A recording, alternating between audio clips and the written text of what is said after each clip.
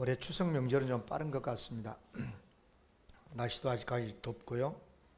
그래도 명절은 명절입니다.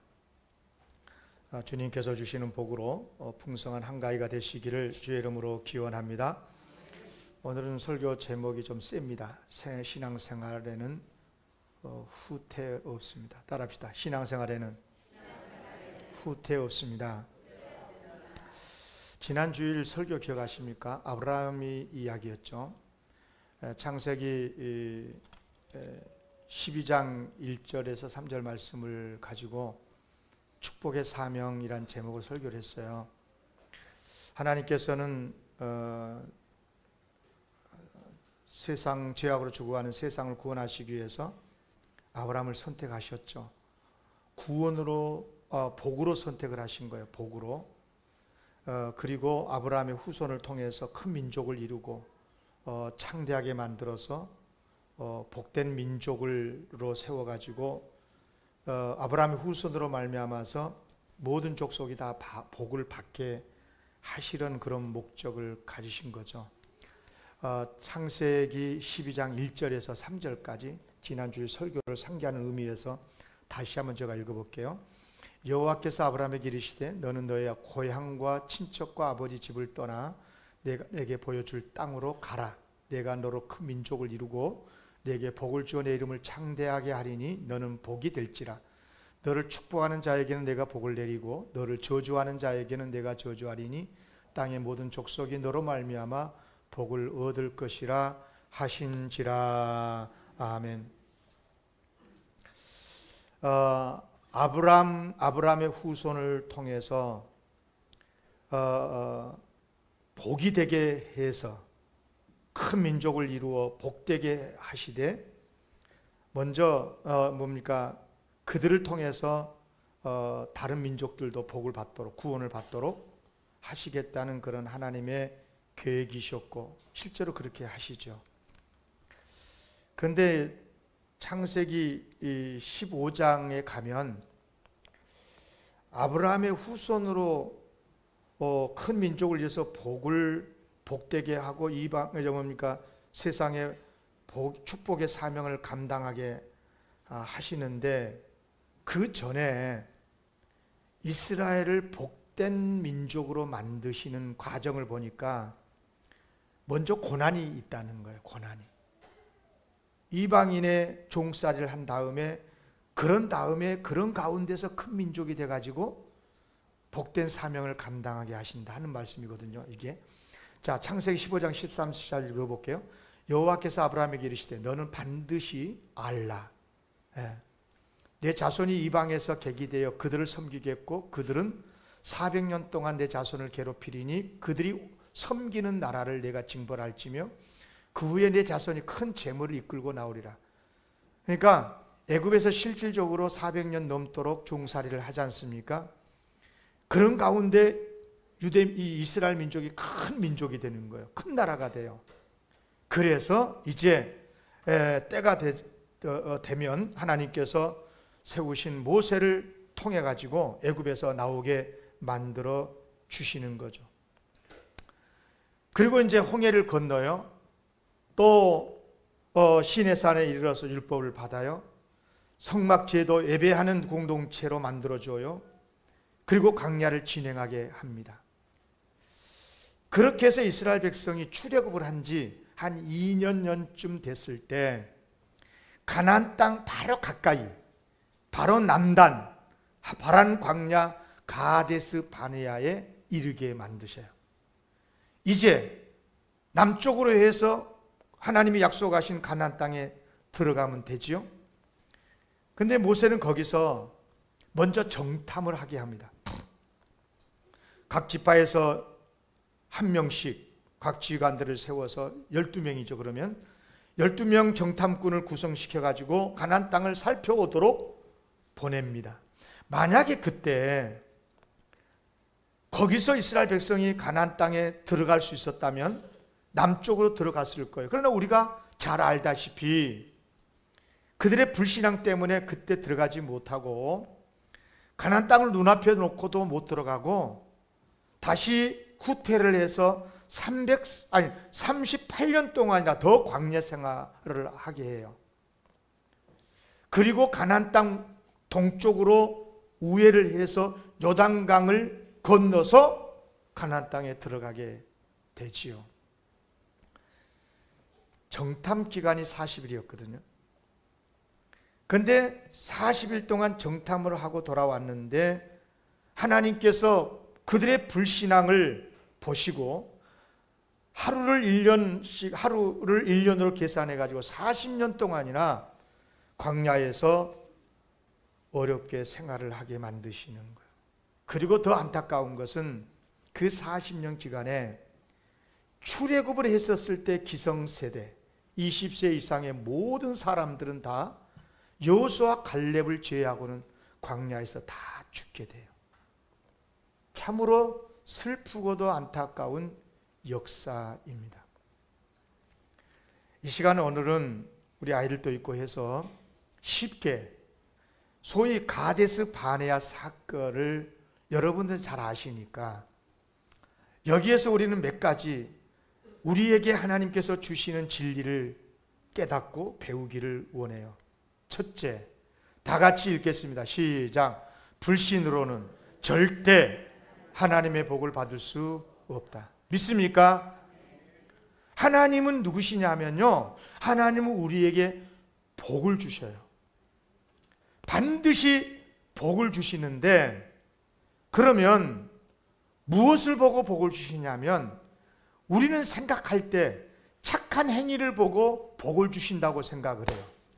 성경은 그렇게 가르치지 않습니다. 당연히 착해야 됩니다. 그러나 하나님께서 복을 주실 때는 무엇을 보고 주시냐 그러면 믿음이 있는 사람에게 복이 가도록 만드십니다. 아멘. 하나님을 신앙하고 하나님을 믿고 하나님 말씀이 진리인 줄 알고 그 말씀을 붙들고 살아가는 것이 바르게 사는 것인 줄 알고 하나님의 말씀을 붙들고 믿음으로 사는 사람들에게 하나님께서 복을 주시는 거예요. 아멘. 여러분 실제로 그래요. 생각해 보세요. 우리가 믿음으로 구원받죠. 믿음으로 하나님의 자녀가 되는 권세를 얻었어요. 믿음으로 천국 갈 거예요. 믿음으로 천국 가가지고 영생복락을 누릴 거예요. 이 세상에 사는 날 동안에도 믿음으로 하나님의 돌보심을 받고 있어요. 무슨 말이냐? 모든 복은 다 믿음이 있어야 받는다 그 말이에요. 아멘. 따라하겠습니다. 불신으로는, 믿음이 없이는 절대 하나님의 복 못 받는다. 그렇게 믿으십시오. 여기에서 더 이상 설명할 이유가 없어요. 딱 그렇게 명료하게 믿어야 되는 것입니다. 여러분요, 하나님께서 약속하신 대로 아무리 복을 주고 싶으셔도요, 아브라함과 아브라함의 후손에게 복 주시겠다고 가나안 땅을 약속하시고 큰 민족을 이루게 해주시고 약속하셨잖아요. 그런데요, 그렇게 하시려고 하나님이 계획하시고 진행하시다가도요, 믿지 않으니까 가차없이 복 주시는 걸 중단해요. 멈추셔버려요. 실제로 출애굽을 했더라도 하나님을 믿지 않는 사람들은 단 한 사람도 가나안 땅에 못 들어갔다니까요. 단 한 사람도 못 들어갔어요. 믿음이 없는 사람은 단 한 사람도 못 들어갔어요. 얼마나 두려운 이야기예요. 믿음이 얼마나 소중한 줄 아십니까? 믿음이 얼마나 큰 복인 줄 아세요? 여러분, 믿음이 없으면 하나님 기쁘시게 할 수가 없어요. 믿음이 없으면 하나님의 약속하신 복도, 주시겠다고 약속하신 그 복조차도 받을 수가 없어요. 오히려 벌 받아요. 축복합니다. 어떤 경우라도 하나님을 믿으시기를 바랍니다. 그러면 이제 믿는다는 걸, 믿음이 뭔 걸 알아야 되죠. 믿음이 뭡니까? 두 번째, 오늘 바데스 바네아 사건 속에서 우리가 배우는 두 번째 교훈은 뭐냐? 따라합시다. 믿음은 하나님의 약속이 이루어질 때까지 포기하지 않는 것이다. 아멘. 하나님의 약속을 붙들고 하나님이 약속하신 것 분명히 이루어질 거니까 하나님을 의지하면서 그 약속이 이루어질 때까지 어렵고 힘들더라도 포기하지 않고 후퇴하지 않고 끝까지 전진하는 것이 믿음입니다. 여러분 그렇지 않겠습니까? 생각해 보세요. 하나님은 반드시 약속하신 거 지켜. 이것을 믿는 사람이 어떻게 중간에 조금 뭐 어렵다고 해가지고 포기하고 돌아서고 그러겠어요? 우리 사람 간의 관계도 그러잖아요. 저 사람은 다른 건 몰라도 약속 지킨다? 반드시 지킬 거야. 그렇게 신뢰가 되면 기다려주기도 하고 그렇지 않습니까? 네. 더 죽이고 주고 싶고. 그런데 저 사람은 약속 안 지킬 사람이야. 그러면 아예 애초부터 줄 생각도 안 하는 거죠. 그렇지 않습니까? 여러분 하나님 어떤 분이시냐면 하나님은 약속하시는 것을 반드시 지키셔요. 아멘. 그러니까 좀 어렵고 힘들더라도 그 약속이 이루어질 때까지 절대 포기하면 안 되는 겁니다. 그래서 실제로적으로요, 하나님을 정말 잘 믿는 성도는요, 고집쟁이에요. 고집쟁이. 거룩한 고집을 피워요. 예. 어떤 상황이 돼도 포기하지 않아. 세상 사람들이 교회 간다고 욕해도 교회 가요. 야, 지금 어느 시대인데 교회 다니냐? 그래도 무슨 소리냐고. 하나님이 살아계신다고 믿고 하나님을 의지하고 주님을 따르는 겁니다. 고난을 받고 설령 죽임을 당할지라도. 그래요, 여러분. 그들의 신앙을 없앨 수가 없는 거예요. 하나님의 약속을 굳게 믿는 사람들은 그렇습니다. 여러분 성경을 흔히 말할 때 약속의 책이라 그러거든. 여러분 성경 캐논은요 2권을 이루어졌어요. 그런데 예수님이 오시기 이전의 성경은 구약 그러고 예수님 오신 다음부터의 성경은 신약 그래. 옛 약속, 새로운 약속 그런 말이거든. 하나님의 말씀은 다 하나같이 약속의 말씀이고 그 약속하신 대로 이루어져 가는 역사를 기록해 놓은 게 성경이에요. 아멘. 구원의 약속, 영생의 약속, 기도응답의 약속, 천국의 약속 뭐예요? 그 약속을 신실하게 지켜가셔야 하나님이.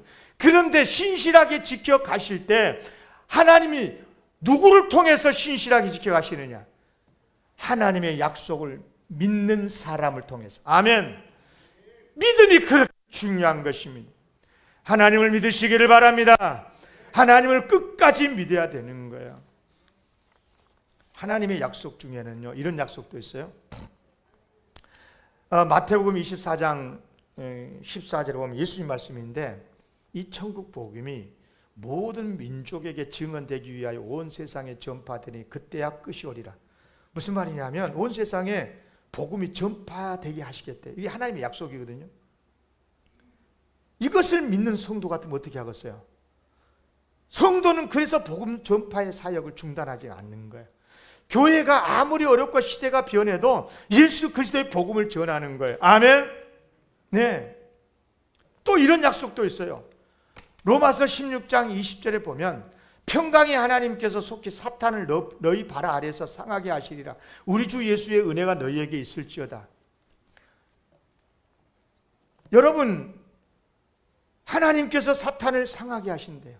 그것도 속히 상하게 하신대요. 그런데 재미있는 게요, 하나님께서 사탄을 상하게 하시는데 어디에서 상하게 하시냐니까 너희 발 아래에서 상하게 하신대. 너희가 누구요? 하나님의 약속을 믿는 사람이에요. 아멘. 그러니까 하나님께서 사탄을 멸하시고 반드시 상하게 하시는데 믿는 사람의 발바닥에 놓고 비벼서 상하게 해버리시겠다는 거예요. 아멘. 이 말씀을 믿는 사람은 그러니까 사탄의 계략에 넘어가지를 않아요. 사탄을 두려워하지 않아요. 반드시 사탄과 싸워서 이겨요. 어려워도 포기하지 않고 믿음으로 승리할 수가 있는 거예요. 아멘. 여러분 사람이 언제 포기한 줄 아십니까? 일하다가도 막 포기하고 막 그래. 안 하고 싶고. 언제 그래요? 가망이 없다고 생각하면 포기해요. 그런데 언제 가망이 없다고 생각할 줄 아십니까? 여러분, 언제 가망이 없다는 생각을 가집니까? 어려움이 너무 크다. 내가 감당하기엔 너무 크다. 이런 생각이 들면 가망이 없다고 생각하게 되고, 가망이 없다고 생각이 되면 포기한 거예요. 근데 여러분, 여기에 엄청난 비밀이 있어요. 엄청난 함정이 있어요. 여러분, 물어볼게요. 크다, 작다. 이 단어가 뭐예요? 상대적이에요. 100% 상대적입니다. 크다, 작다. 여러분요, 아무리 큰 것도요, 더 큰 건 옆에 두면 작은 거예요. 맞잖아요? 어려움도 마찬가지예요. 능력이 없는 사람에게 큰 어려움일지라도 능력이 있는 사람에게는 그것 아무것도 아니야. 그러지 않습니까? 우리가 겪는 어려움도 마찬가지예요. 우리에게는 어려움이 있을 수가 있어요. 우리는 힘이 부족하니까. 그러나 하나님께는 전혀 그의 어려움이 아니잖아요. 그러니까 하나님을 믿는 사람은 나는 부족할지라도 하나님이 도와주실 줄로 약속했으니까 반드시 이기게 하실 줄로 믿고 어려움을 이기는 겁니다. 아멘. 그러니까 두려워 안 해요. 여호수아와 갈렙이 그랬거든요. 여러분, 여호수아와 갈렙이 12명의 정탐꾼 중에 2명이었잖아요. 그들도 같이 가나안 땅에 가서 정탐을 했어요. 여러분, 부정적인 보고를 했던 이 여호수아와 갈렙이나 다 똑같이 팩트 체크는 똑같았어요. 가나안 땅은 가보니까 뭐 건장하고 네피림 같고 뭐 대단한 족속들이 살고 있더라. 아이고, 우리가 거기 가면 안 되겠더라.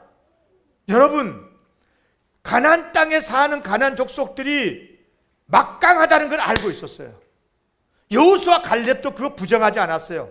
그러나 여호수아 갈렙은 그러나 두려워하지 않았어. 그들을. 왜? 9절 오늘 말씀에 보면 그래요. 여호와를 거역하지는 말라. 또 그 땅 백성을 두려워하지 말라. 그들은 우리의 먹이라. 우리의 밥이다. 왜? 그들의 보호자는 그들에게서 떠났고, 따라합시다. 여호와는 우리와 함께 하시느니라. 그들을 두려워하지 말라. 여호와 하나님이 우리와 함께 하시니까 우리만 올라가면 힘들지만 하나님이 함께 하시니까 하나님이 도와주시면 거뜬히 가나안 땅을 정복할 수 있다. 두려워하지 말자. 할렐루야. 그렇습니다. 하나님이 함께 하시니 전혀 두려움의 대상이 아니라는 거예요. 아니라는. 여러분, 그래서 진짜 하나님을 믿는 사람들은 절대 후퇴하지 않아요. 어려움을 만날 수는 있겠죠. 그래도 후퇴하지 않아요. 하나님의 약속 붙들고 전진해요. 그리고 반드시 이깁니다. 그런데 어렵다고 이런 핑계 저런 핑계 대고 포기하고 후퇴해버리면 결국은 복 잃어요. 그동안에 고생해왔던 거 다 헛수고예요. 여러분, 물어볼게요. 포기하는 시점이, 이 일을 하다가 포기하는 시점이, 포기할 때는, 그때는 이 얼마쯤 더 가야 되는 걸 몰라요. 몰라. 여러분, 저는 그런 생각을 해봤어요. 다 됐어요. 다 됐어. 다 된 밥에 코 받친다고 다 됐어. 이제 1%만 가면 돼. 99%까지 갔는데 그러니까 너무 힘들어. 그런데 포기를 했어. 알고 봤더니 아이고 막 그때 하루만 더 참았으면 됐을 건데. 그럴 때가 있어. 여러분요, 하루만 고생하고 99일을 앞에가 있으면 포기하는 게 좀 덜 후회스러울 거야. 그런데 99%가 다 갔다가 조금만 한 번만 힘쓰면 되는데 포기해버려. 그러면 얼마나 후회스럽냐 그 말. 여러분, 어려움 만날 수 있다니까요. 그래도 하나님 말씀 붙들고 전진하면 되는 줄로 믿습니다. 하나님의 백성들은 사실요, 후퇴할 자유가 없어요. 이스라엘 백성이 광야 생활이 힘들다고 그래서 애굽으로 돌아가자고 했는데 돌아갈 수 있을 것 같습니까? 돌아가는 사람이 있었습니까? 단 한 사람도 없었어요. 못 가. 돌아가면 죽을 줄 알았지 그들은. 그러니까 무슨 말이냐? 돌아갈 수도 없으려면서 돌아가자고 그러고 불평하고, 예. 실제로 돌아가면 끝난 거거든요. 여러분요, 그러니까 계속 믿고 전진하든지 벌 받고 얻어맞고 다음에 후회하고 가든지, 이왕이면 여러분, 우리가 가는 길이 생명길 아닙니까? 구원의 길 아닙니까? 하나님의 예비하신 약속의 축복의 길 아닙니까? 끝까지 믿고 전진하시기를 기원합니다. 여러분, 다시 말하지만 아무리 우리가 하나님의 자녀고 천국 가도록 선택받아서 구원받는 길을 가고 있어도 살다 보면 어려움 당해요. 어려움 당하지 않은 사람 단 한 사람도 없다니까. 그렇다고 돌아갈 수 있나요? 못 돌아가요. 생각해 보세요. 만약 그 사람이요, 하나님께 선택받지 않는, 구원받지 못한 사람 같으면 돌아가는 것은 자연스러운 거야. 그냥 그런 거야. 그렇게 생각하세요. 그러나 만약에 하나님이 진짜 선택하셨고 구원받은 성도가 맞다면요, 그 사람 포기하고 돌아가잖아. 엄청 얻어맞고 돌아와. 아이고, 하나님 잘못했습니다. 그러고 돌아와. 그렇게 돼 있어요. 그러니까 여러분, 그러면 얼마나 속상하겠어요. 매 맞고 고생한 시간만 아까웠지 않겠어요? 아니, 힘들더라도 좀 믿고 참고 주님 나라 복음을 위해서 살았더라면 더 많은 헌신도 했을 거고 더 많은 상도 받았을 거고, 그래서 나중에는 막 아쉬움에 속이 상하고, 물론 돌아온 것은 감사하긴 하지만 축복합니다. 따라합시다. 신앙생활에는 절대 후퇴 없습니다. 아멘.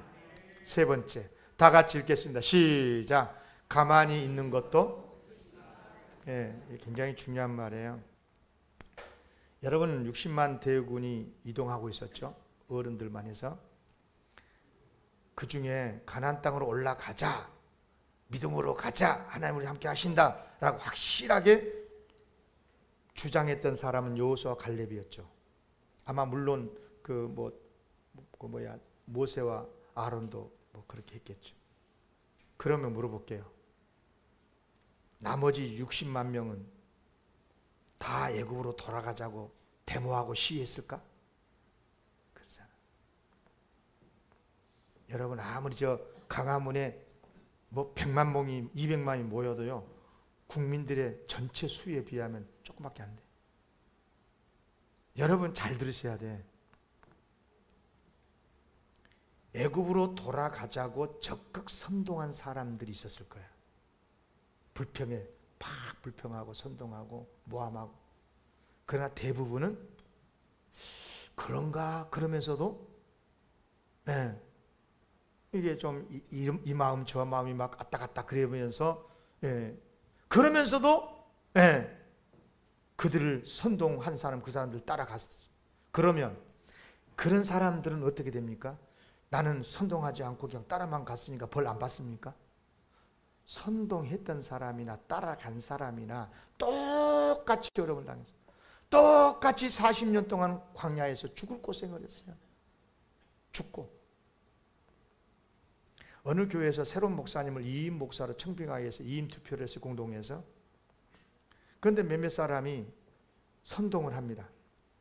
아니, 알지도 못한 목사님인데 좀 몇 년이라도 좀 계셔보고 이임 청빙을 해야지. 아니, 오자마자 그냥 곧장 청빙할 수 있느냐며 적극 반대를 했어요. 그런데 그 말을 들어보니까 일리도 있는 것 같고, 그래도 바로 이임해드리면 좋지 않냐, 그런 생각도 들고, 그러다가 투표 시간에 투표 용지를 받고 기표를 하지 않고 기권을 빈 종류로 그냥 냈어요. 빈 투표를.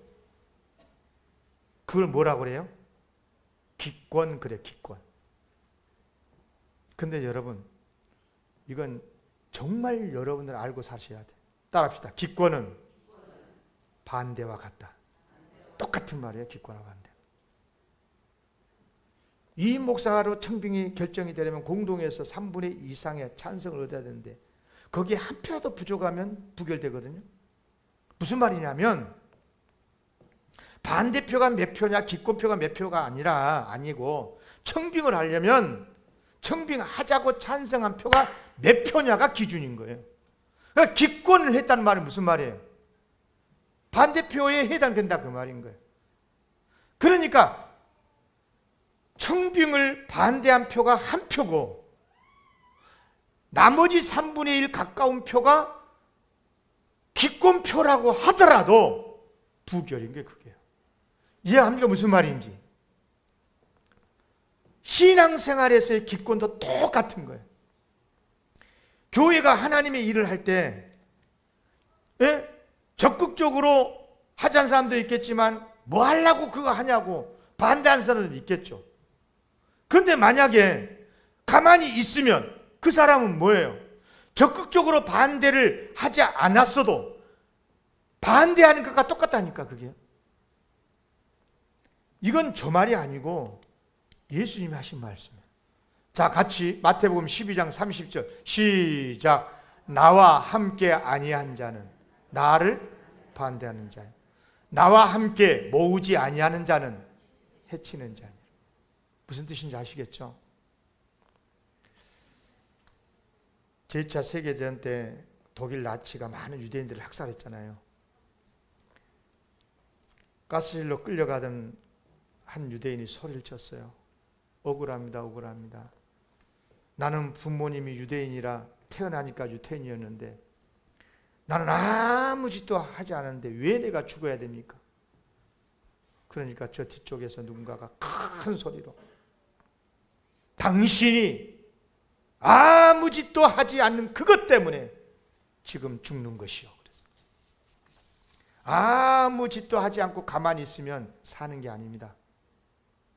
여러분, 하나님의 뜻이 아니면 아니다라고 말할 수 있어야 되고 하나님의 뜻이면 그것이 명료하면 아멘하고 순종하고 적극적으로 주님의 일을 해야 될 줄로 믿습니다. 여러분, 밭에서요 잡초를 뽑지 않는 사람은요 밭에 잡초가 나도록 돕는 사람과 똑같은 말이에요. 똑같은 게 그게요. 여러분, 그래서 그 잡초 악 때문에 고통을 겪고 악과 함께 멸망을 당하게 되는 겁니다. 여러분, 다수가 가만히 있는 것도 불신과 같다는 꼭 기억하시면 좋겠습니다. 네 번째, 시작. 진리는 다수결이 아니다. 잘 들으셔야 됩니다. 이 말을. 여러분, 오늘 본문 말씀에서 하나님의 진리는 누가 주장했습니까? 하나님의 뜻을 누가 주장했습니까? 여호수아와 갈렙이었죠. 두 사람이었죠. 그런데 반대하고 동조하고 하는 사람들은 60만 대군이었는데 그들은 아닌 거예요. 그들은. 그런데 60만 대 2명. 비교가 됩니까 이게? 여러분, 진리는 다수가 아니고요. 오직 하나님께 있는 거예요. 아무리 많은 사람이 주장하고 동의를 해도 하나님의 뜻과 다르면 그것은 진리가 아닌 거예요. 자, 지금부터 잘 들으셔야 돼. 여기에서 이제 우리가 민주사회 속에서 살아가는 우리니까 여기에 우리의 갈등이 있어요. 우리의 한계가 있어요. 민주주의 사회의 한계입니다. 이게 잘 들으세요. 두 가지가 있습니다. 두 가지. 민주주의 사회에서 기본 원칙이 있어요. 그것이 뭐예요? 다수의 원칙이라는 게 있어요. 다수에 따라서 결정이 되고 다수가 결정한 대로 간다는 게 민주주의의 원칙이거든요. 그런데 나는 아니다라고 자기가 소수 의견을 주장했다고 해가지고 소수 의견을 따른다? 굉장히 어렵습니다. 이게. 그 공동체에서 살아남기가 어려워요. 여러분, 그럼에도 불구하고 하나님의 뜻, 하나님의 진리가 명료할 때는 하나님의 진리가 아무리 주장한 사람이 소수라도 하나님의 진리를 따라야 돼요. 아멘. 욕먹고 비난받고 환난을 당해도 그래야 되는 거예요. 아멘. 이것도 괜찮고 저것도 괜찮아. 이것도 하나님의 뜻일 수도 있고 저것도 안 돼. 그럴 때는 서로 의견이 충돌할 때는 다수의 원칙으로 하는 게 맞아. 그러나 하나님이 아니야 이거. 그러면 아무리 시대가 그것을 따르고 아무리 시대가 그걸 주장을 해도 따라가면 안 되는 거예요. 대표적인 게 동성애예요. 아무리 시대가 지금 변했고 아무리 인권 속에 동성애를 잡아놓고 그것을 법으로 제정을 하더라도 욕을 먹고 설령 그것 때문에 고소고발 당할지라도 우리 그리스도인은 그걸 따르면 안 돼. 그걸 죄라고 말할 수 있어야 돼요. 아멘. 크게 따라하세요. 안 따라한 사람은 동성애를 주장한 줄로 알겠습니다. 따라하겠습니다. 동성애는 죄입니다. 죄라고요, 죄. 그것이요. 동성애 할 사람은 하는 거 어떻겠냐고. 자기들끼리 이렇게 한다는데. 여러분, 죄 짓는 사람한테 물어보세요. 그것이 자기들이 좋아서 죄 짓는다면 어쩌겠냐고. 그러나 왜 그것을 법으로 보호합니까? 정말 잘못된 겁니다. 어떤 경우도 안 되는 거예요. 그러니까 우리가 민주사회 속에서 다수결에 따라서 순종하고 나가야 되긴 하지만 명료하게 하나님의 말씀에 어긋나는 것이 다수결로 결정이 되면 아니다라고 말씀이 있어야 합니다. 아니라고 주장을 해야 한다 그 말입니다. 비록 박해받고 고난을 당하더라도. 아멘. 그리스도는 그렇게 살았어 지금까지. 또 한 가지 갈등이 있어요. 하나님의 말씀과 다른 주장을 그렇게 주장하는 사람이 나와 가까운 동료일 때, 내 가족이거나 내가 지지하는 정당이거나 내가 주장하는 사람들이, 가까운 사람들이 그런 것들을 주장하면 참 거절하기가 어려운 거예요. 여러분, 그런 역사가 있어요. 일제강점기 때 우리 대한민국 장로의 이 교단 나눠지 장로교 총회가 신사참배를 결의한 적이 있었어요. 그것은 국민의례니까 해도 된다. 그래서 많은 목사님들, 장로님들, 교인들이 신사에 가가지고 다 절하고 막 그랬어요. 그런 때에 여러분, 아니라고 말하기가 얼마나 어려워요. 근데 주기철 목사님 같은 경우는 아니다고 그랬다가 목사직 떨어졌잖아요. 몇 년 전에 평양로에서 다시 복직을 시켰어요.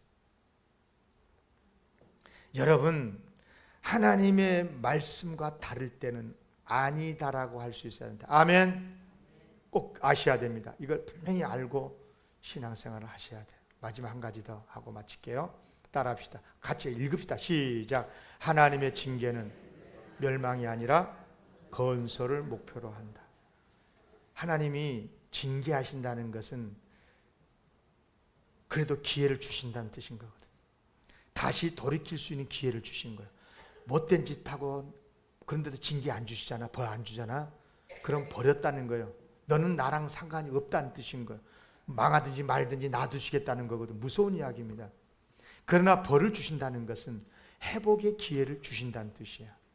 꼭 기억하시고, 그런 의미에서 징계, 하나님의 징계는 복일 수가 있어요. 따라합시다. 하나님의 징계는 복이다. 아멘. 여러분, 실제로 이스라엘 백성이 40년 동안 광야 생활의 징계를 받았잖아요. 또 광야 생활하면서 많은 사람이 죽고. 그러면 여러분, 그 벌로 이스라엘이 망해버렸어요? 이스라엘 가나안 땅에 못 들어가고 말았어요? 아니요. 40년 광야 생활 속에서 많이 훈련을 받고 신앙적으로 더욱 성숙해지고 무엇보다 세대 교체가 되고, 그렇게 해서 그들이 가나안 땅에 들어가서 복된 하나님의 나라를 세울 수 있었던 거예요. 저는 지금도 똑같다고 생각을 합니다. 결코 하나님께서 우리에게 어려움을 주시고 고통을 주시는 것은 우리로 망하게 하시는 게 아니라 돌이키고 회복시켜 주시기 위해서 더 단단한 하나님의 믿음의 사람을 만드시기 위함인 줄로 믿습니다. 설교를 마치겠습니다. 수없이 말씀을 드렸습니다. 아마 거의 설교 시간마다 많이 한 것 같습니다. 따라하겠습니다. 하나님께서는 항상 우리에게 가장 좋은 것을 주신다. 믿으십시오. 고난도, 어려움도 더 큰 것을 주시기 위한 하나님의 복이에요. 훈련의 목적이, 훈련의 이유가 됐든 아니면 징계의 이유가 됐든 결국은 돌이키고 단단하게 하나님의 사람으로 세우시기 위한 거예요. 여러분, 당장 좋은 것만 좋은 게 아니에요. 어려움이 있습니까? 두려워하지 마십시오. 하나님께서 나를 사랑하셔서 나를 회복시켜 주시기 위한 목적인 거예요. 꼭 기억하시고 주님을 의지하시기를 바랍니다. 그래서 신앙생활에는 후퇴가 없는 것입니다. 믿음으로 충만하시기를 바랍니다.